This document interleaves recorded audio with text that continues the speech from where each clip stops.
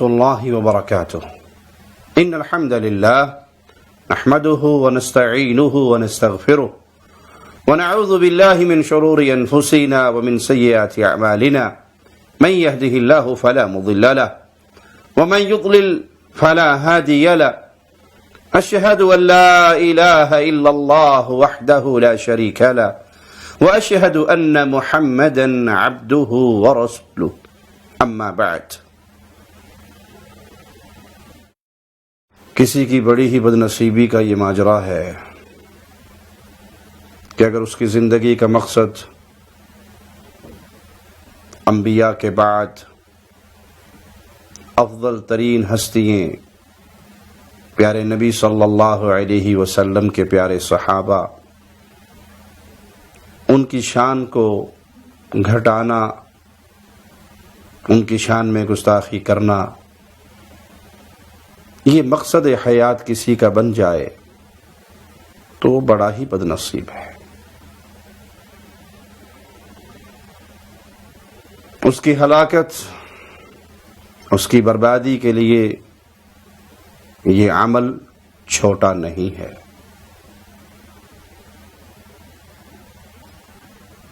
اور یہ دشمن جو میٹھا زہر عوام میں گھولتے ہیں، چھپے ہوئے وار کرتے ہیں، غیر محسوس انداز میں صحابہ کی شان میں تنقیص کرتے ہیں، یہ دشمن چھوٹے دشمن نہیں ہیں. اللہ ان کے شر سے امت کو محفوظ رکھے. ایسے ہی گمراہ لوگوں میں ایک مجرم انجینئر محمد علی مرزا جہلمی وہ بھی ہے. آئیے کس طرح پیارے نبی صلی اللہ علیہ وسلم کے صحابہ کی شان میں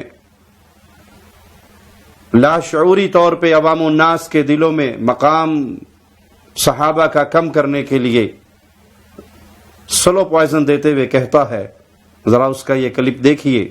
پکڑنے والا آپ کی نظر میں نہیں ہے نا، چلے ہم وہ مان لیتے ہیں آپ کو خوش کرنے کے لیے، لیکن پھر بھی صحابہ سے زیادہ ثواب مل رہا ہے عام بندے کو، کیونکہ الفاظ دیکھ بھی رہے اور پڑھ بھی رہے. اے پھکی جے انجینئرنگ کران گے تواڈے نال، اللہ دے فضل نال.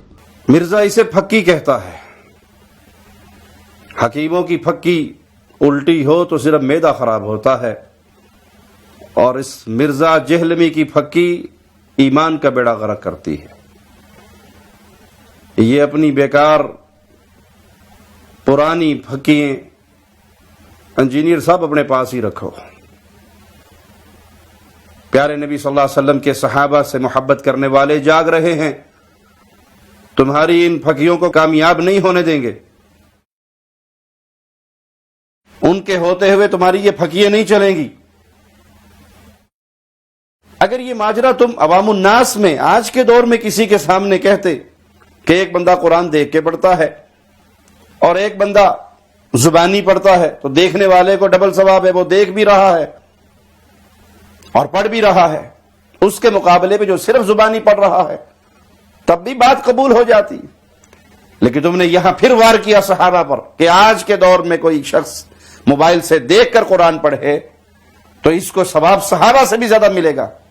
آج کے دور میں جو موبائل سے دیکھ کے پڑھ رہا ہے اس کو صحابہ کرام جو زبانی پڑھتے تھے اس سے زیادہ ثواب ہے، اگر ان کے وہ لیول اور نیت بھی اس لیول کی ہو. وہ ایک علیحدہ سے بات ہے، اس میں نہیں ہم پڑھ رہے. میں اوورال گنتی کی بات کر رہا ہوں کہ ایک بندہ دیکھ رہا ہے اور ساتھ پڑھ بھی رہا ہے، یہ ڈبل ثواب ہے. اور ایک بندہ صرف زبانی پڑھا. صحابہ تو زبانی پڑھتے تھے. انا للہ و انا الیہ راجعون. کچھ انسان کی نیت بھی ہوتی ہے، کچھ اخلاص کی قیمت بھی ہوتی ہے. مرزا کی اس جہالت کا جواب آئیے رسول اللہ صلی اللہ علیہ وسلم کی حدیث سے لیتے ہیں جو صحیح بخاری میں حدیث نمبر 3673 ابو سعید رضی اللہ عنہ سے روایت ہے کہ رسول اللہ صلی اللہ علیہ وسلم نے فرمایا لا تسبوا اصحابی، میرے صحابہ کو گالیاں نہ دو. جو اس مرزا جہلمی کی عادت بن چکی ہے، بنو امیہ کی توہین کرتے ہوئے، امیر معاویہ کی توہین کرتے ہوئے، اس ظالم کی زبان سے صحابہ کی گستاخی ہی نکلتی ہے. اس عمل سے رسول اللہ صلی اللہ علیہ وسلم نے منع فرمایا. میرے صحابہ کو گالیاں نہ دو.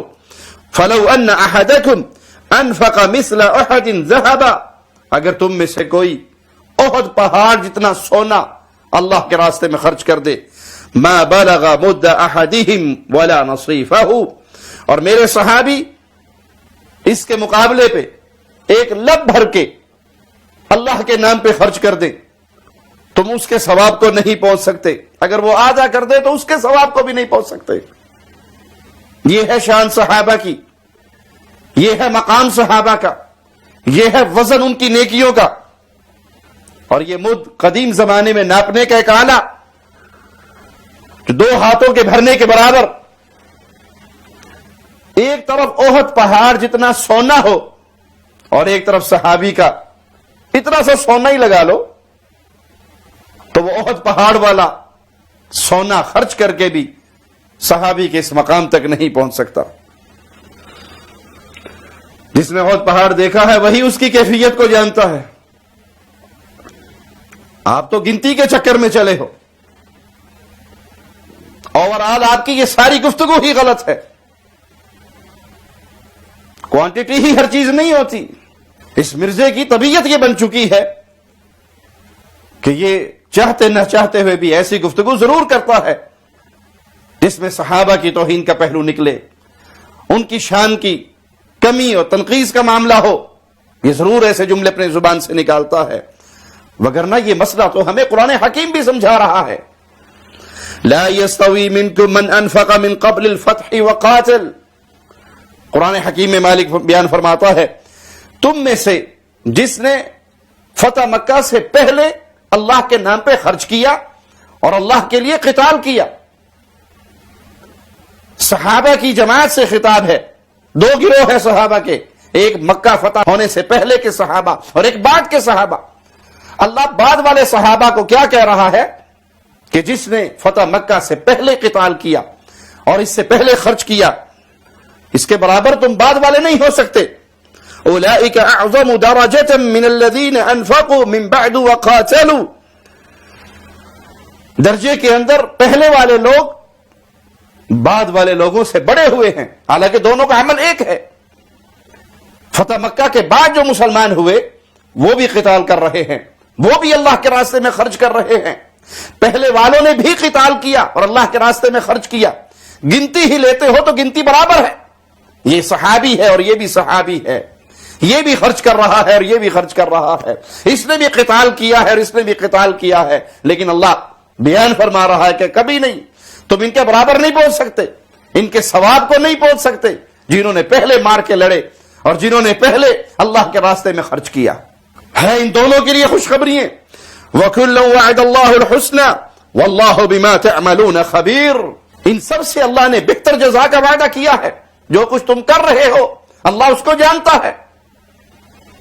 جب صحابہ کی یہ کیفیت ہے کہ 2 صحابہ الگ الگ موقعوں پہ مسلمان ہونے والے، وہ ایک دوسرے کے ثواب کے اندر ان کے اندر اتنا بڑا فرق ہے، اور تم آج کے کسی گئے گزرے انسان کے بارے میں کہو کہ آج جو موبائل سے دیکھ کے پڑھ رہا ہے وہ ثواب میں صحابہ سے بڑا ہوا. لیکن پھر بھی صحابہ سے زیادہ ثواب مل رہا ہے عام بندے کو، کیونکہ الفاظ دیکھ بھی رہے اور پڑھ بھی رہے. انا للہ و انا الیہ راجعون.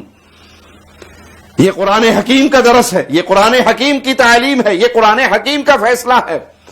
اور ایک طرف اس مرزا جہلمی کی گفتگو ہے. دونوں کو سامنے رکھیے اور دونوں کو سامنے رکھ کے فیصلہ کیجئے. ایک طرف قرآن حکیم کی تعلیم، قرآن حکیم کا فیصلہ، اور ایک طرف مرزے کی سڑی ہوئی یہ پھکیے جس کو یہ توہین صحابہ کے لیے جاہل عوام کے اندر پھیلا کر اس سلو پوائزن کو پھیلا رہا ہے. صحابہ کی شان میں گستاخی کی کوششیں کر رہا ہے جس میں یہ مردود رہے گا اور مردود ہے. یہ کبھی کامیاب نہیں ہو سکتا. اللہ کی رحمت سے سینکڑوں نہیں ہزاروں لوگ جو اس کی گفتگو کے جال میں پھنس چکے تھے وہ ہمارے مشائخ کی، علماء کی گفتگو سن کر اللہ کی رحمت سے توبہ طائب ہو کر دوبارہ اہل ایمان کی صفوں میں شامل ہو رہے. پھر مرزے کا یہ کہنا کہ چلیے مان لیتے ہیں آپ کو خوش کرنے کے لیے، چلے ہم وہ مان لیتے ہیں آپ کو خوش کرنے کے لیے. یہ جو کیڑا ہے مرزے کے اندر آپ کو خوش کرنے کے لیے، اس کی وجہ سے اس نے بہت لوگوں کو خوش کیا. رافضیوں کو خوش کرنے کے لیے صحابہ کی توہین کی. یہی اس کی بیماری ہے. یہ کبھی کسی کو خوش کرنے کے لیے نکلتا ہے اور کبھی کسی کو خوش کرنے کے لیے. کاش یہ اللہ کو خوش کرنے کے لیے بھی کچھ کرے اور اپنی زبان کو اپنے داڑوں کے اندر بند رکھے. ان عظیم ہستیوں کے خلاف بکواس نہ کرے جن ہستیوں نے اپنا پیارا وقت محمد الرسول اللہ صلی اللہ علیہ وسلم کی مبارک صحبت میں گزارا. اللہ ہمیں پیارے نبی صلی اللہ علیہ وسلم کے صحابہ کی محبت عطا فرمائے, اہل بیت کی محبت عطا فرمائے, زندہ رکھے ایمان کی بہترین حالت میں, موت دے تو ایمان کی بہترین حالت میں. اقول قولی هذا واستغفر اللہ لی ولکم ولسائر المسلمین. آپ کی شان شوکتوں سے الگ دوسری